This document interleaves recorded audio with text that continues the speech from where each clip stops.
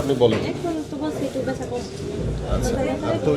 আচ্ছা, এখন যেটা আমি প্রফেশনাল গুলো বলে ফেলি, ও আসছিল তার আসলে আমার তো ওর যেটা হচ্ছে ওই হেডেক ভমিটিং নিয়ে আসছে অ্যাক্সিডেন্টের পর। আসার পরে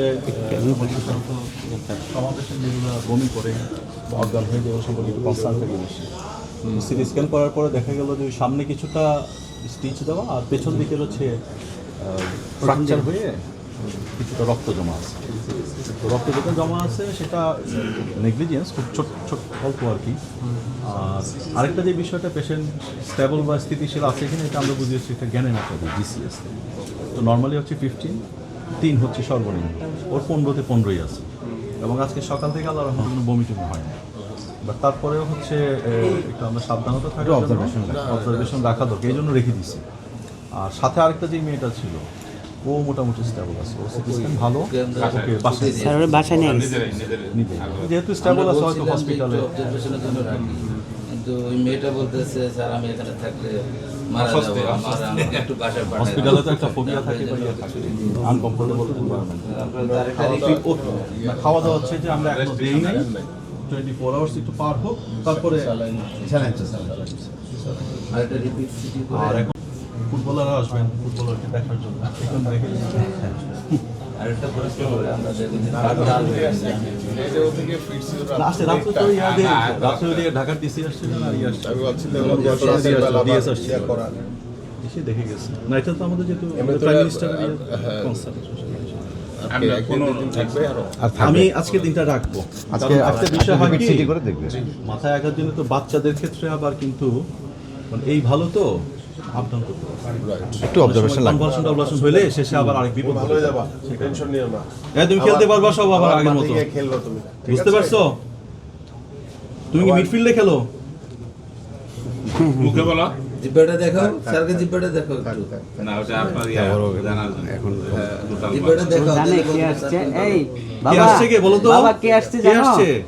এই কিন্তু তোমার মতো ফুটবলার বাংলাদেশের নেতৃত্ব দিচ্ছে। এ পারবা গোল দিতে পারবা নাকি ওনারা ক্রস করে? আপনার সেই এটা এমনি তো অন্য কোনো সমস্যা নাই তো আল্লাহর রহমতে।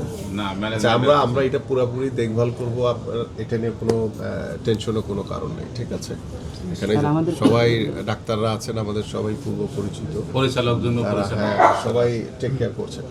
আর সরাসরি যেহেতু আমাদের মাননীয় প্রধানমন্ত্রীর একটা কনসার্ন, সো এটা রেসপন্সিবিলিটি আমার, একদম সুন্দরভাবে আমাদের ডাক্তাররা সার্বিকভাবে সহযোগিতা করবে। তারপর কোনো কিছু নিয়ে টেনশন করার কোনো কিছু নেই, ঠিক আছে? আর আমাদের কর্মকর্তারাও তো আছেনই, হ্যাঁ, ওনারাও দেখবেন ইনশাআল্লাহ। আর বাকিরা তো মোটামুটি বোধ হয় ওইখান থেকে বোধ হয় প্রাথমিক চলে গেছে। এই দুজনের হচ্ছে যেহেতু মাথায় আঘাত, আর ওকে অবজারভেশনে রেখে দেওয়া। আজকে দিনটা থাকুক, আমরা দেখে আমরা আমাদের দিক থেকে যখন বিপদ মুক্ত না, এটা আমরা আমাদের দিক থেকে যদি ওকে মনে করি তখন ছাড়বো ইনশাআল্লাহ। একটা কথা হচ্ছিল কেবিন নিয়ে, তো আমরা বলছি যে কেবিনের চেয়ে এখানে বেটার, চোখের সামনে ব্যবস্থা নেওয়া যায়, যেটা আপনারা, কারণ আমরা যেগুলো খারাপ পেশেন্ট মনিটর করা লাগে এগুলো স্যার আমাদের এখানে ওয়ার্ডেই রাখবে। আমরা একটু ভিতরে বসি,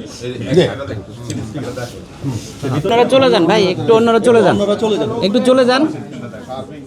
আচ্ছা আমি একটু ব্যাখ্যা করে বলে দিই। এটা হচ্ছে যে আপনার